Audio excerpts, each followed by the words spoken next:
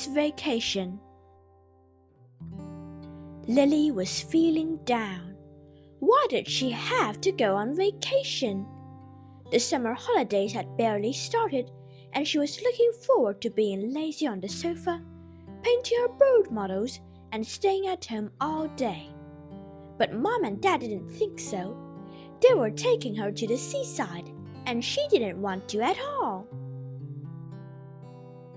The next day, everyone was packing. Lily's suitcase was quite full. Shower cap, raincoat, band-aid.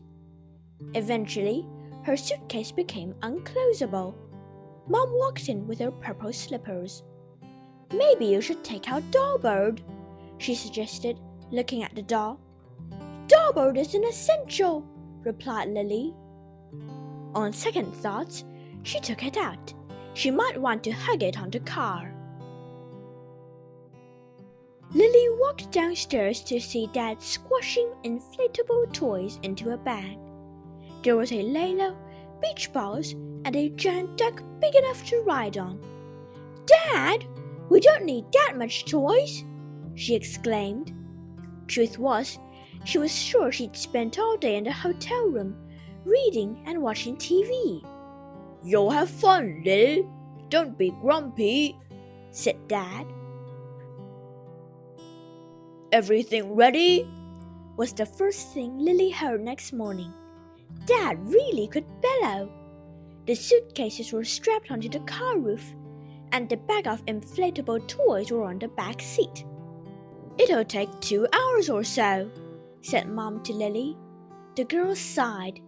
She didn't like car rides, but at least she had Dollbird to hug. Lily was even grumpier in the car.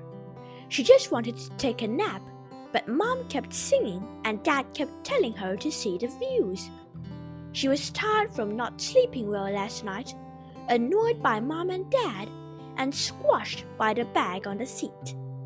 She decided she was going to snooze the moment she got to the hotel. No play for this girl. After what seemed like days, the car stopped. "Here we are, Ocean Hotel," said Mom. They walked into the small but nice hotel. There was a wide bed for Mom and Dad, and a small one for Lily. A stretch of sand was outside the window. As soon as Lily lunged at the bed and crawled under the sheets, she heard a voice. "Time to go and play!" Dad took a beach ball. Mom took a Lilo. Lily took her blue beach towel and sunshade. At the beach, Mom and Dad rushed towards the sea. They didn't even realize that Lily wasn't with them. In fact, the girl had put down her rug and opened her sunshade. She did not want to play beach ball, not one bit. Lily lay down on the towel. How relaxed! But why were her feet so hot? They were not in the shadow of the sunshade. She adjusted her sunshade, but the shadow kept crawling away from her feet. "It's cooler in the sea," called Dad. The girl sighed. Must she go to the sea? But it was too hot to stay on the sand. She stood up from her towel and walked into the water. Mom and Dad were shoulder deep in the water, throwing the beach ball around. Lily sat on the Lilo. She must admit it was cooler with her feet in the water. After a while, she got down and started wading back towards her beach towel. "Stay and play!" shouted Dad, splashing water around. She was even cooler now, and it was kind of fun.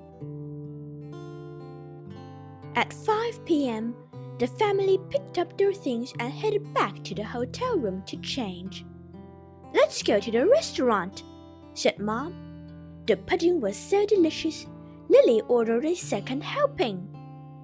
"To this amazing and fun vacation," declared Dad, raising his glass of wine.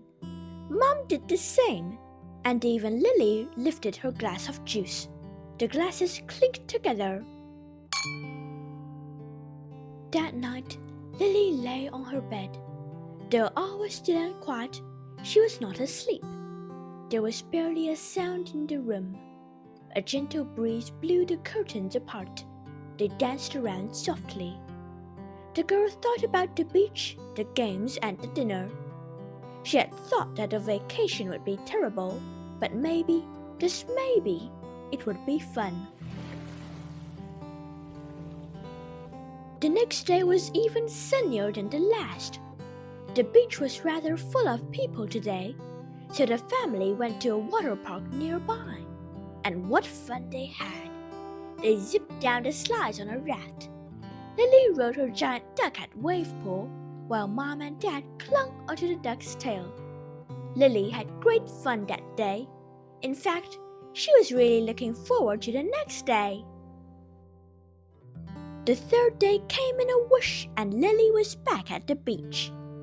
She started building a sandcastle when she heard the ring of an ice cream truck. "I'll go and get her some treats," said Dad. "You won't have to buy mine," said Mom. "I'll have a float on the sea."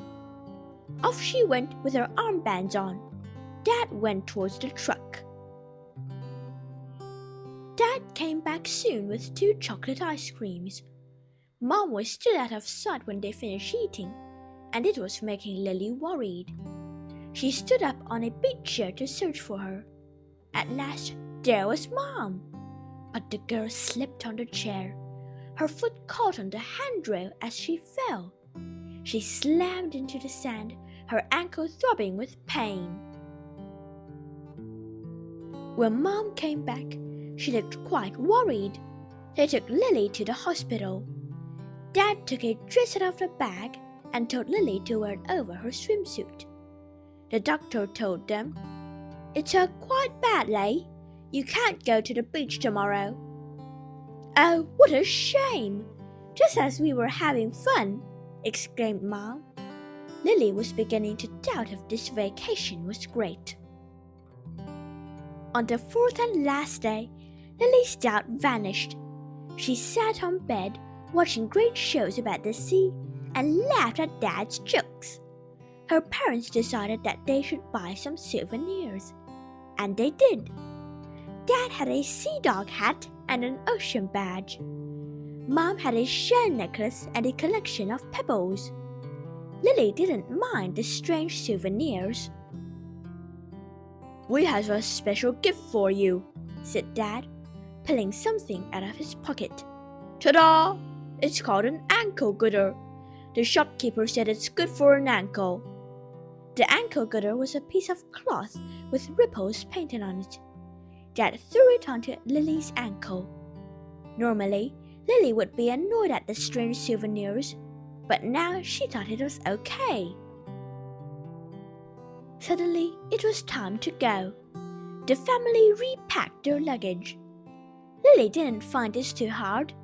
She hadn't many new things, but Mom and Dad had too much souvenirs. Their daughter watched in amusement as they panted. "Maybe you should take out that necklace," she remarked. "Indeed, what's a better suitcase than my neck?" said Mom, making them laugh. It was time to go.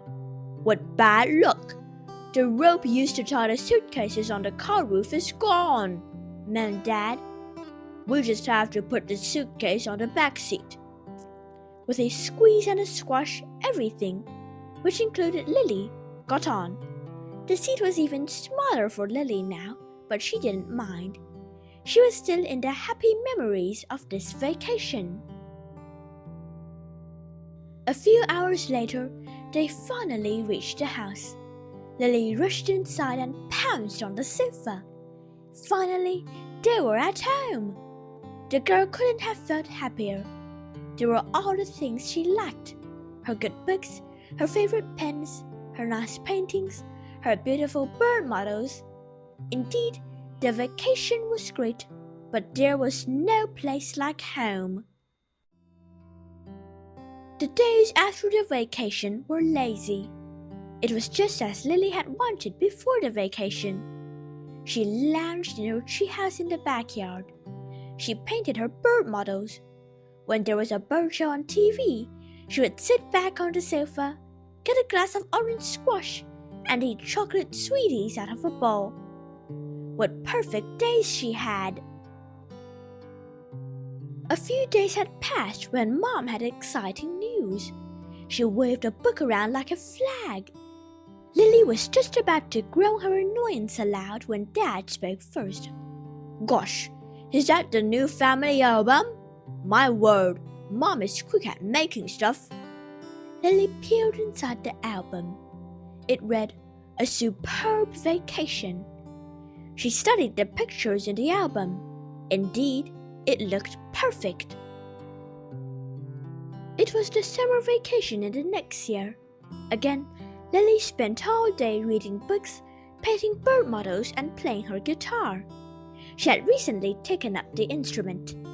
When Mom and Dad ran up to her, "Lily! Lily!" bellowed Dad. "We've decided to go to the polar plains for our vacation." He handed Lily a leaflet. She studied it for a while. Then she smiled.